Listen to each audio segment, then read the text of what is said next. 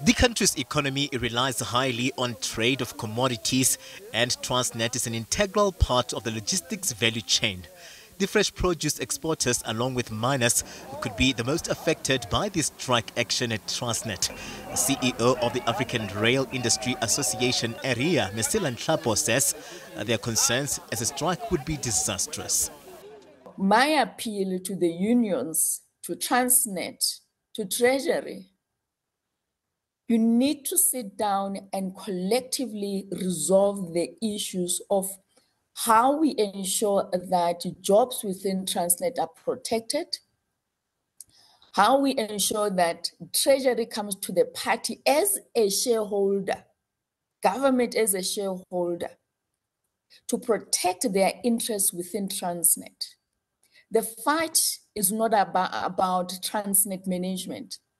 I think the biggest problem comes from funding. Our members as ARIA will be affected where Transnet is no longer able to support the railway industry's businesses. The United National Transport Union, UNTU, has blamed the Transnet management on the latest development. The union is accusing the company of approaching the wage negotiations in bad faith. The workers are demanding a 10% one-year wage increase along with a non-retrenchment clause. The union says as the entity gets unbundled, their members may find themselves compromised. We made several presentations, including maybe suggesting a longer wage agreement between labor and management to ensure stability.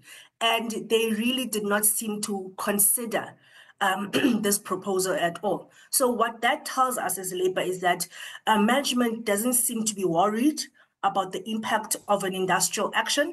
Even from the statements, you can see that they are not taking into consideration the economic impact of such a strike. But Transnet spokesperson Ayanda Shezi says the organization is currently inundated with efforts to turn the entity around and is hopeful that they find each other with UNTU to avoid a strike.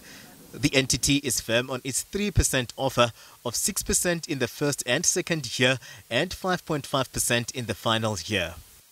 As Transnet, we believe we've consistently acted in the best interests of our employees and the organization. We went into the conciliation process with a real and genuine desire to get an acceptable outcome. It's truly regrettable that we've not been able to reach an agreement with UNTU up to this point. We remain optimistic that we will be able to conclude an agreement with UNTU while we continue to focus on the very critical matter of sustaining Transnet and turning it around. Economist Professor Yanni Rousseau says both the employer and the workers find themselves in a difficult time. He says the economy cannot afford a strike at Transnet. Well, it's very difficult for any employer to guarantee jobs. So it therefore seems to me a bit unreasonable from trade unions to demand a non-retrenchment clause from any employer. The world economy is very uncertain with tariffs and other steps that Mr. Trump might take, and therefore businesses are under a lot of pressure.